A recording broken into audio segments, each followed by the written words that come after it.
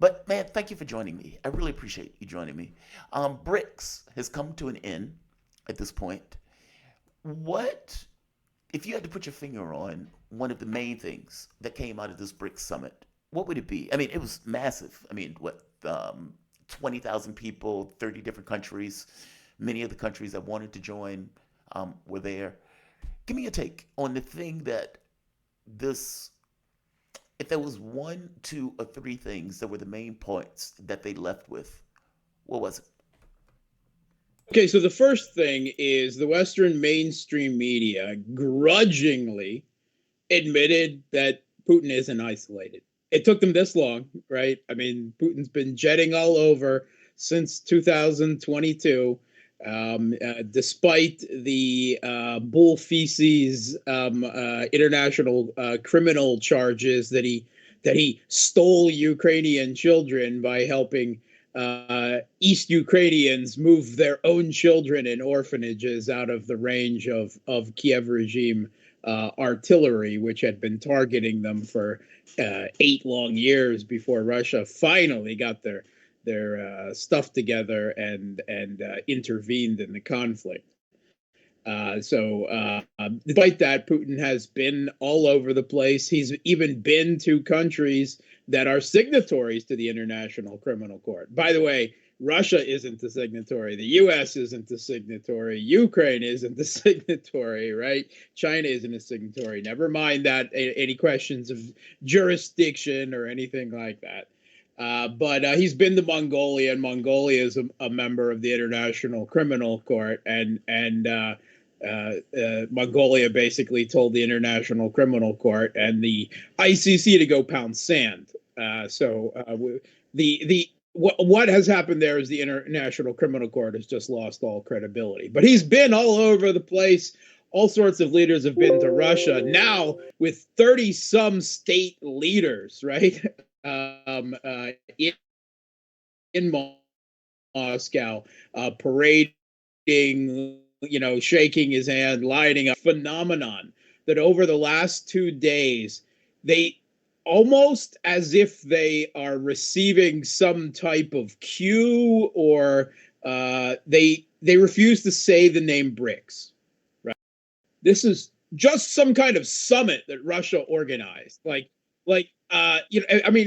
Check the headlines seriously. I mean, and I don't think that it's a simple instance that they believe that Western audience is so ill-informed that they don't know what BRICS is, right? Because they don't shy away from using ASEAN, right? The Southeast Asian nations in headlines, but BRICS they can't admit. It's just some summit that Putin called together just to try to present it as if he's not isolated. Well, self-evidently he's not isolated, and yes, there is an important multilateral institution, right? A giant elephant in the room that you're refusing to recognize what's going on because of what all of this means for the future.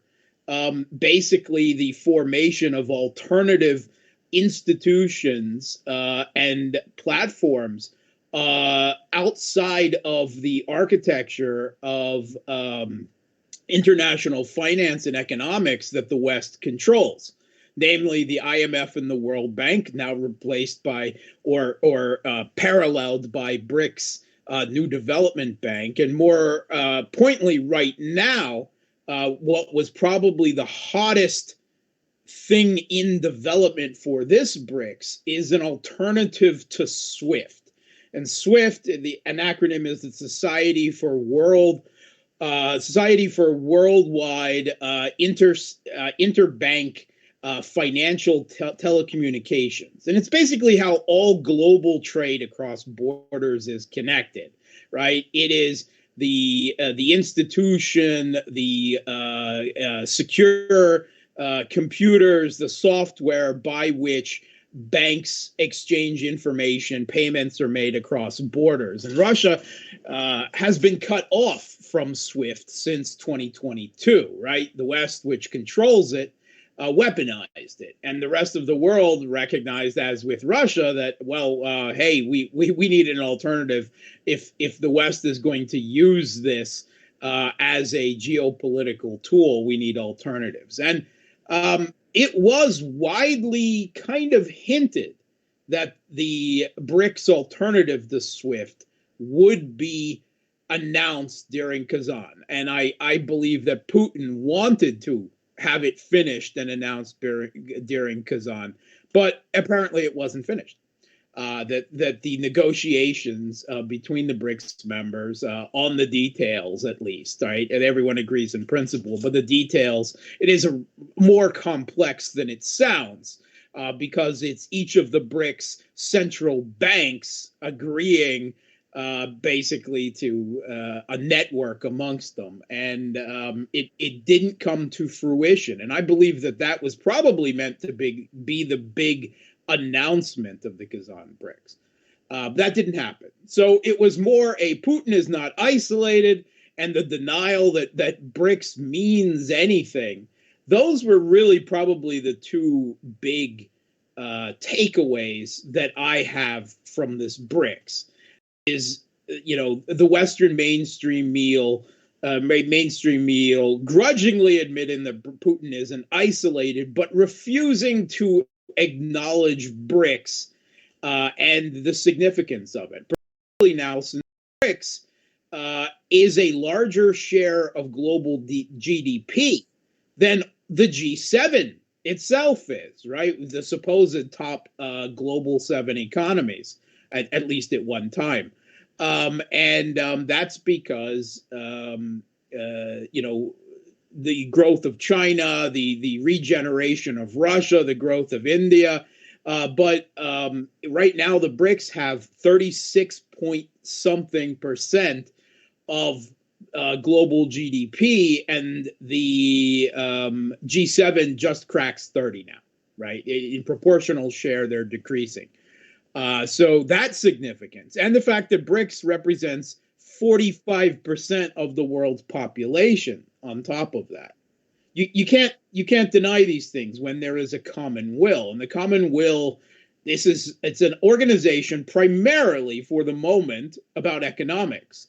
And it's because the West has kept tight control of the levers of the architecture of global finance and trade economics, and they're not sharing, right? You have the rest of the world rising in economic strength, but they're still underrepresented in the decisions made at the World Bank, at the IMF, in the frozen World Trade Organization. So everyone wants options, right? They want a fairer system of economic global governance, and BRICS in that way represents not just an alternative for that, but because everything else flows from trade and money, right? It is also the framework for a parallel new, of course, the word new world order is bad framing, right? But a parallel world order to the rules-based order, quote unquote. We make the rules, we give the orders, that the U.S. likes to tout about. Yeah, it seemed that everybody was clamoring to get involved in this. There was something that Putin said that kind of gave me, I don't know, I guess a certain level of context. They asked him what was the difference between BRICS and the EU. And he goes into this thing saying, well, we're an organization of cooperation. This is based on our mutual interests. This is not in a situation of like laws and order and everything else that have been created to wed us together. That is not what this is. And despite the fact that, as you pointed out, 46% of the world's globe, it is a young organization. And what it's trying to do is pretty expansive. I mean, it's effectively trying to create a new, well, you articulated it extremely well, but this allows a certain level of hope for all of these other countries that feel either locked out or talked down to. Meaning, I think a lot of this has to do with the dollar being used as a weapon and getting sick and tired of being, let's say, unequal in regards to the way that those international relations are done. In 15 years, what does this look like? Okay, so first of all, the difference between the BRICS and the EU, right? They're both multilateral institutions, but quite obviously, the big difference between the two of them, there's three things: sovereignty, sovereignty, and sovereignty, right? The EU is a sovereignty and nation deconstruction machine, right? It is designed to take decision making away from the national governments of the EU and move it to the Brussels technocrats, right? That is something that has progressed over the years. But if you look at how the EU started out in the post-World War II era as a Franco-German coal and steel community, a trade thing, and then has progressed over the time. But BRICS is founded on a completely different format. And it never seeks, and quite explicitly is never designed to have some type of central control. It is a format for agreement and cooperation between sovereign states on economic and potentially in the future geopolitical issues as well. So that's the big difference. In 15 years, well, that's a long time. So definitely, I think within another year or two, the SWIFT alternative will have been rolled out, right? So that will be long in the. Again, Putin wanted it this time, and in fact, I think you could say that there was less concrete achievement at this BRICS than the last BRICS, because at least in the last BRICS meeting, the new members, right?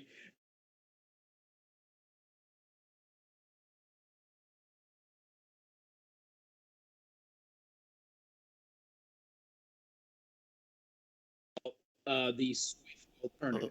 There you are. Welcome back. Yeah. It's So okay. this BRICS meeting did not have expansion, and it did not have any momentous achievements like I believe they wanted the SWIFT alternative to be announced at this BRICS. And I think that the U.S. Successfully pulled off most likely some defections from BRICS. They applied pressure. Wait, what do you mean? Who defected? The president of Brazil did not show up, right? He says that he fell in his shower and hit his head. He fell and he can't get up. And so he participated in the format by video, but I'm a cynic, so I question that official story, and I believe that the U.S. applied some pressure to him, and so he decided to ward off the U.S. Something that he has been doing this term, this I know, but presidency. Lula, I don't get the sense that Lula is that guy. I mean, keep in mind, the U.S. was instrumental in putting the man in a cage, and he has been pretty aggressive on the issue of Palestine. He's been pretty, meaning he has been somewhat of a statesman on the world stage. I don't get the sense that he is a dandelion in that sense that would just kowtow to the U.S. But you don't buy that. You believe that. I mean, what leverage would they even have on Lula? I think there's evidence that in this term, right, this presidency, not the last one, but that he has been much more cautious tiptoeing around the United States. And we know, for instance, that he outright vetoed Venezuela being brought into BRICS, right? That has been openly said by his own presidential advisor. He doesn't want Venezuela in BRICS. He said absolutely not Venezuela. And he has sided with the U.S. on the issue of Venezuela's recent elections, right? He essentially doesn't regard Maduro as fully legitimate for whatever reason. So the other one, of course, is Mohammed bin Salman, Saudi Arabia. So Saudi Arabia was offered an invitation to join BRICS last year, and everyone kind of thought they did. In fact, it was announced on Saudi TV that Saudi Arabia was officially a member of BRICS. But what legislative body Saudi Arabia has never ratified it. So Saudi Arabia has been kind of sitting on the fence, right? Participating as a BRICS member without officially being a BRICS member. And Mohammed bin Salman not only chose not to go to this meeting, right? And this was with the the excuse that things are too hot in the Middle East right now. Okay, well, I mean that's true, fair enough. But he also met with Antony Blinken while the BRICS summit was going on. Yeah, that is true. Um, yeah, that is true. Look, at the Lula one, fair enough. The Bin Salman one, agreed on that one. Saudi Arabia is a bit cagey in this, and I thought that Saudi Arabia was a full-fledged member of BRICS also. So that comes, yeah, that comes as a bit of surprise to me. I'm super interesting about Iran, right? So I would imagine that Putin is going to meet with Peskian at the summit. I would imagine they had the opportunity to talk. Exactly. The strategic partnership, is that going to be signed, or is Russia waiting to see the outcome of whatever Israel does and however Iran responds? Meaning, Russia does not necessarily want to get into a strategic partnership if it doesn't necessarily know um, what's going to happen in real terms. How is Israel going to attack? What is Iran's response going to be? What is going to be the rest of maybe even the U.S. response after that? Are they waiting for that to resolve itself before they do the strategic partnership? Now, right?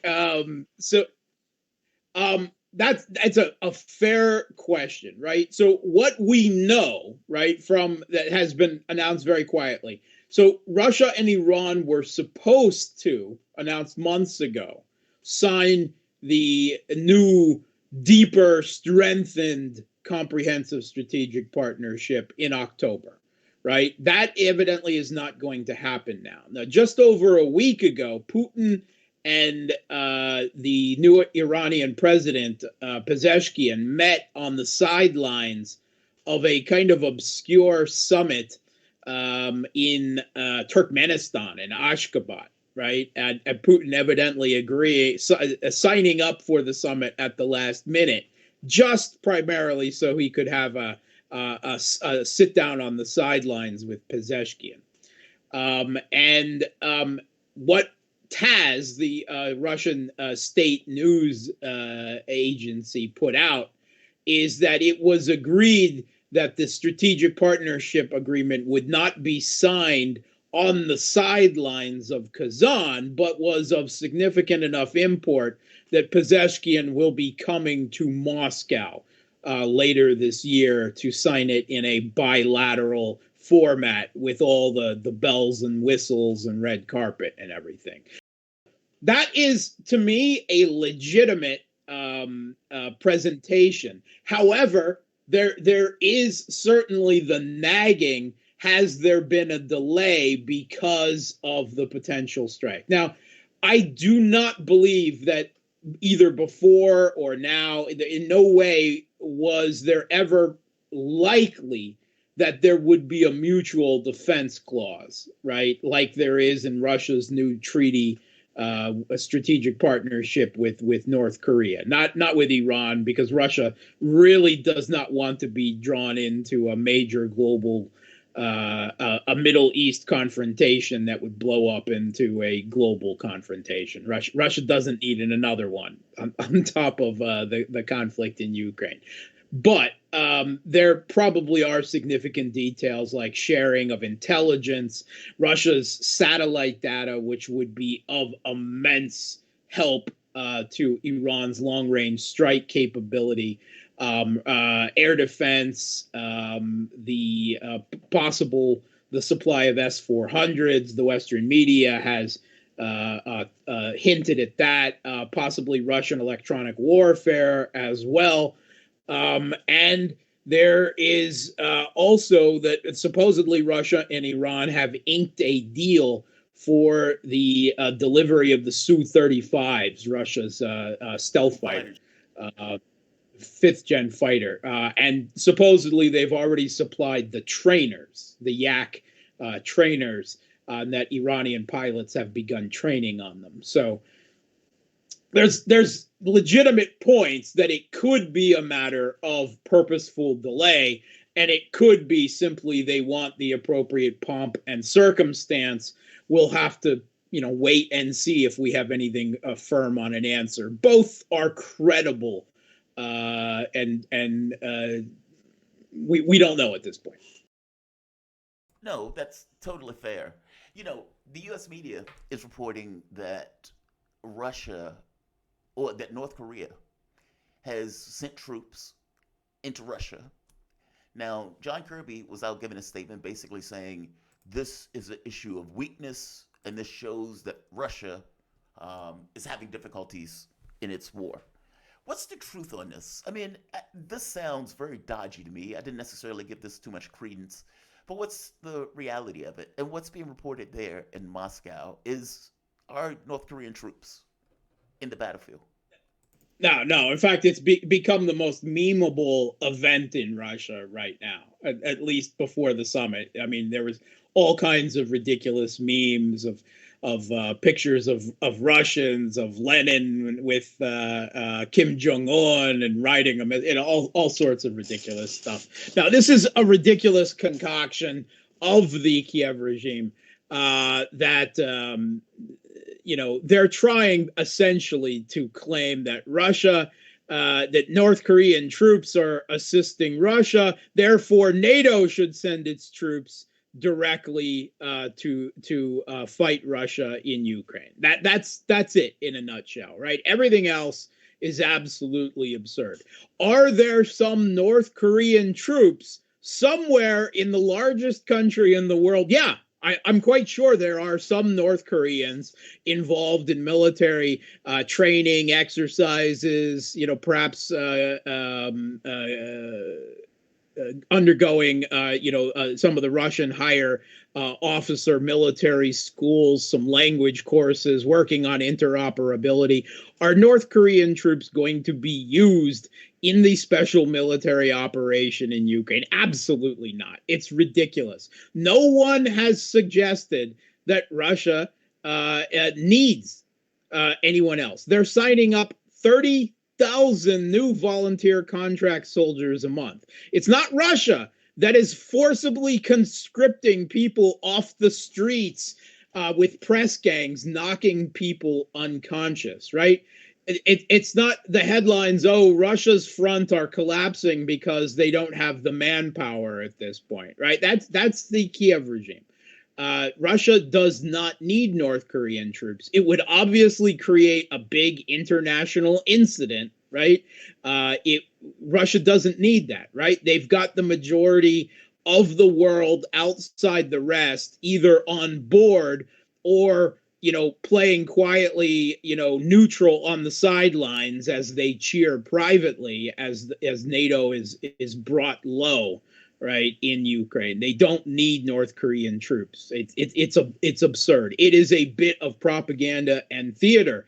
And if you look closely at the statements, right, they all refuse to actually say that these North Korean troops are anywhere near the special military operation, or there's no verification of this. And there's evidence presented online that shows soldiers of an Asiatic features, right, in Russian uniform. And the Kiev regime propaganda, these are North Korean soldiers in Russian uniform. First of all, that is the most racist thing in the world, as if all Asians look alike. But that is the nature of the Kiev regime. They have nothing but contempt for Asians, right, much like Russian liberals.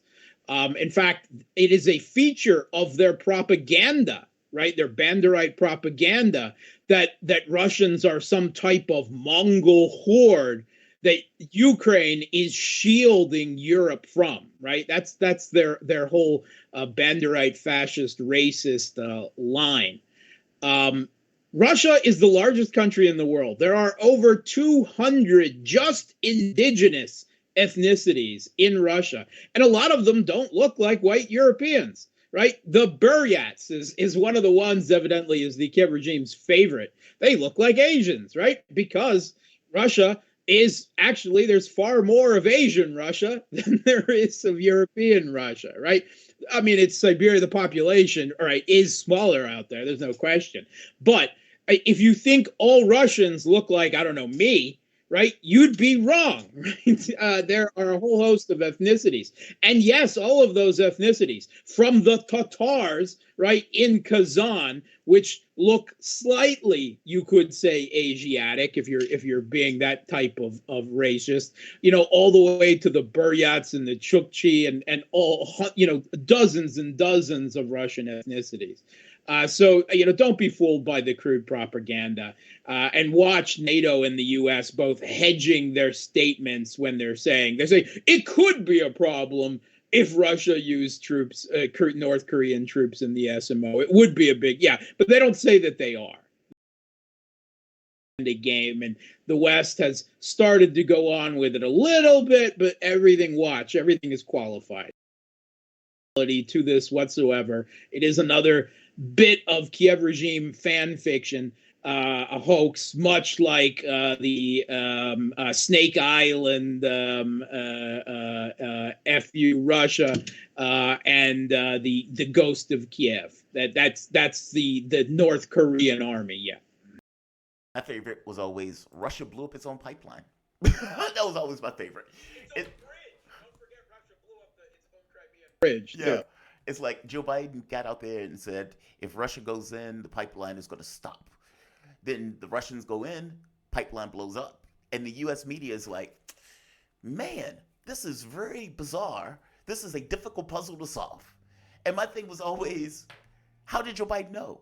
Was Joe Biden a psychic? Does he have psychics on staff? How does he know that the pipeline was going to blow up? It's like, come on. And by the way, that is not something that they even mention or talk about here.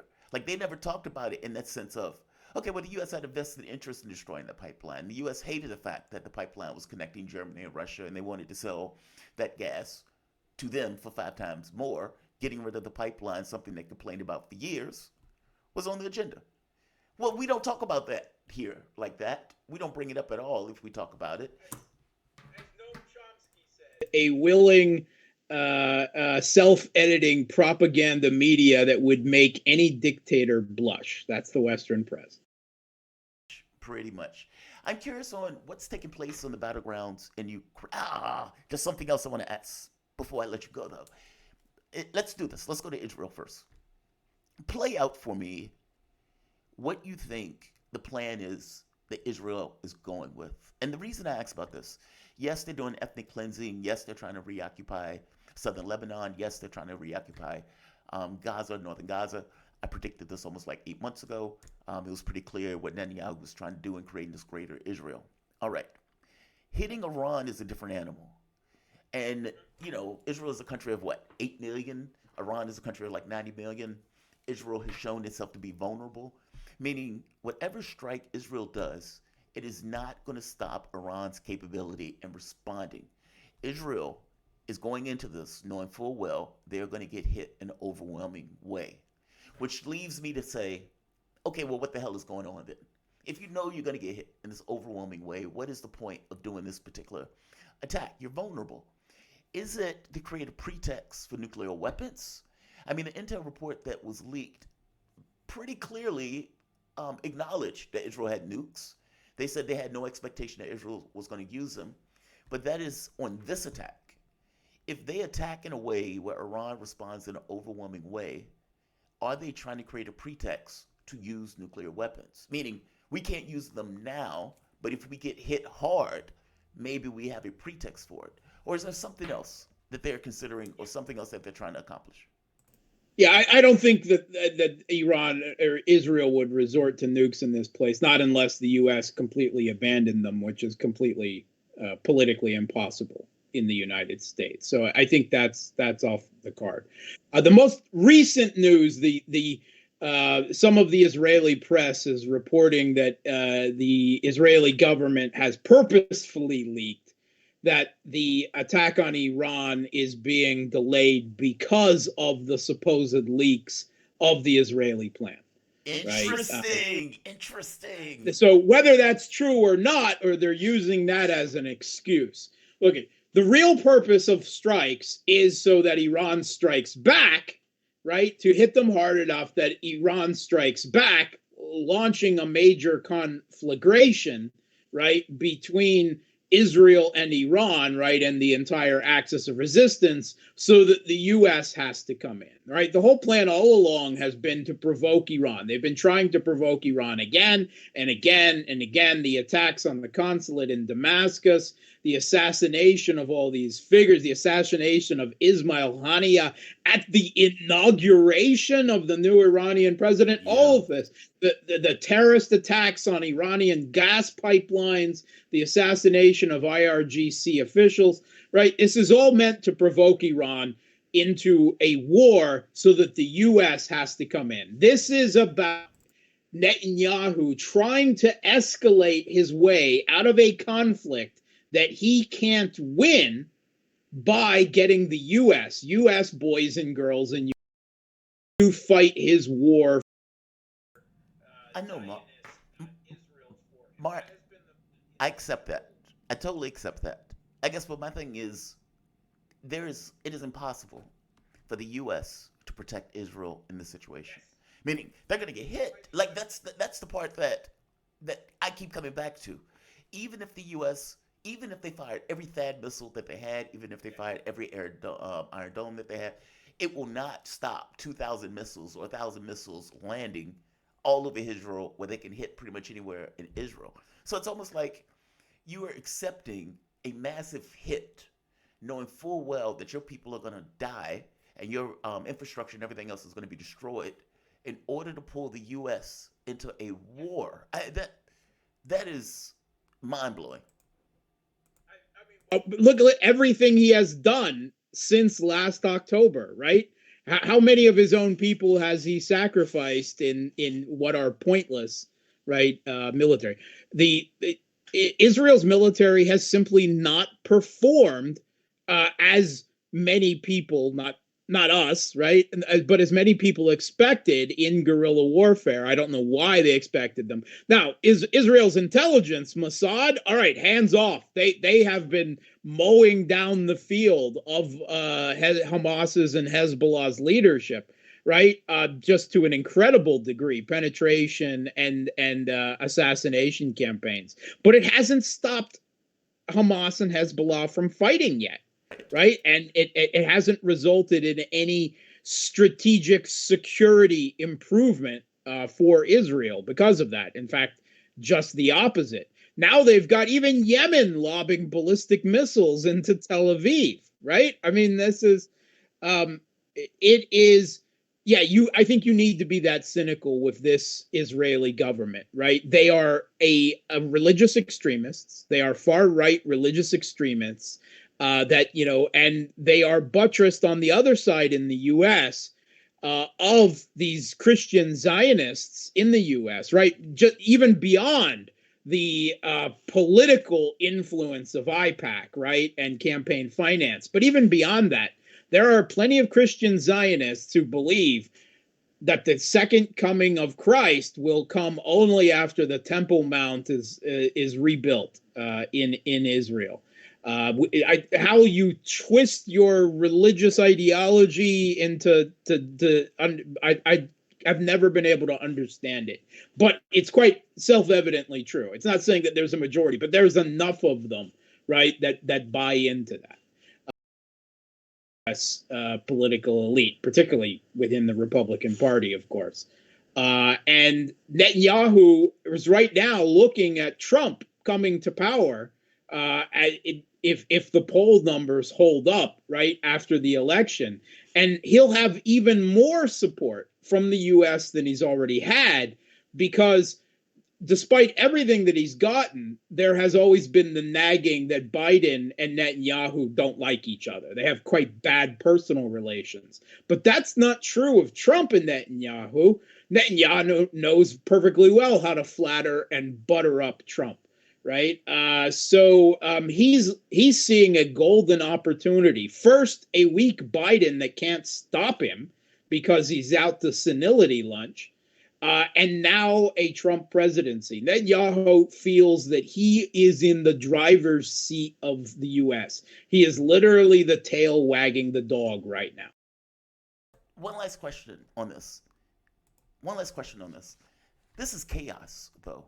I mean, even if the United States got into the conflict, we're still talking about shutting down the Strait of Hormuz. We're still talking about the oil pipeline distribution, basically the way that oil moves through the world being disrupted.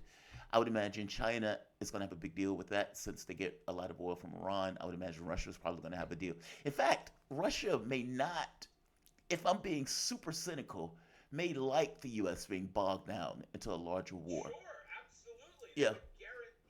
A faster, more thorough victory in Ukraine. Absolutely, right? I don't hesitate to be that cynical and say that.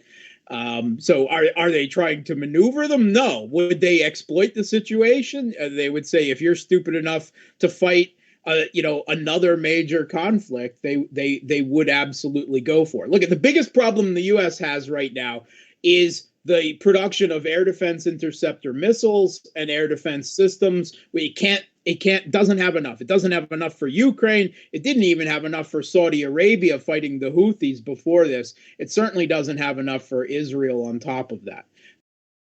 New long range strike capability that they didn't have before. I